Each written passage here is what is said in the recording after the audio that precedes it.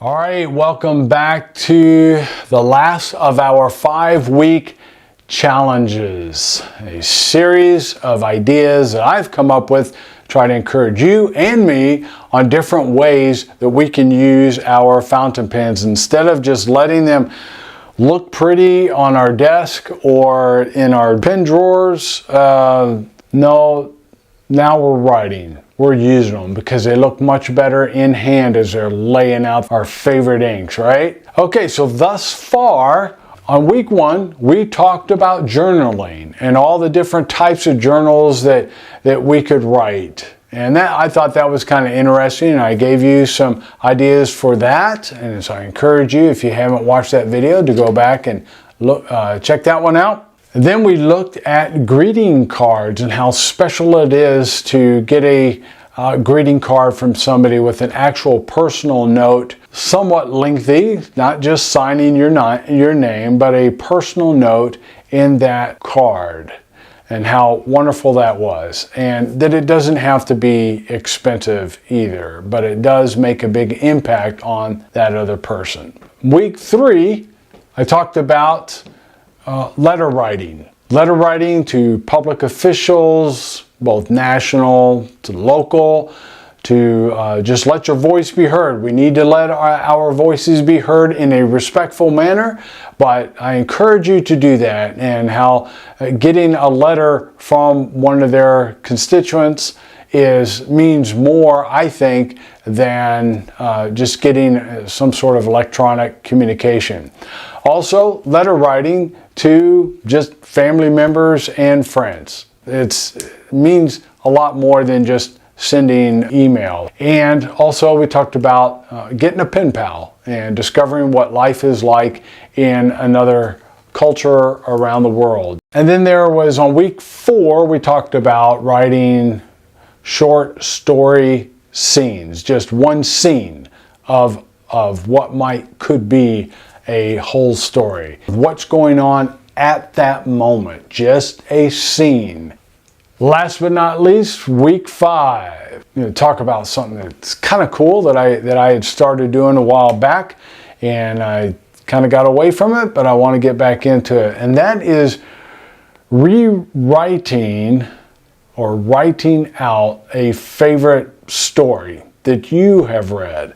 And in fact, here was my project. There was a writer back in, I think they were back in the 1700s. And when I was reading this book, I was getting a lot out of it, but I was really kind of struggling through it just because of the Old English. And it was just the style of writing and even the arrangement of how they wrote. It was a challenge, which is good. It helps, your brain and all that. But I thought, it'd really be nice to have an updated version of this book. And so I started writing that out.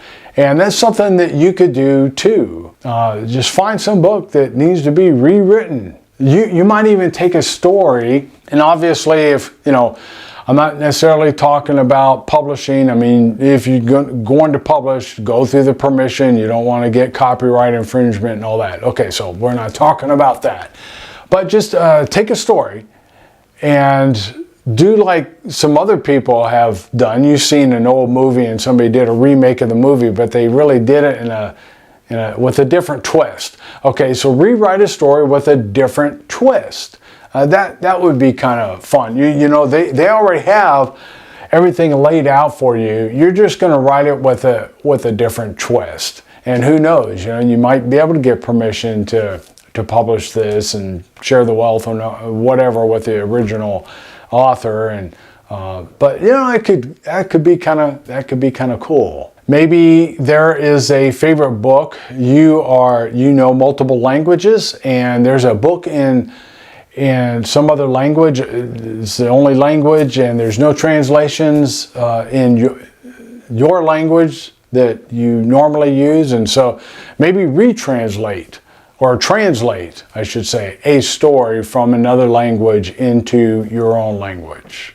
You might even take and I guess this could be, could overlap into the journaling, but have a journal or a book where you, as you are reading books or articles, and there's something in there that just really struck you.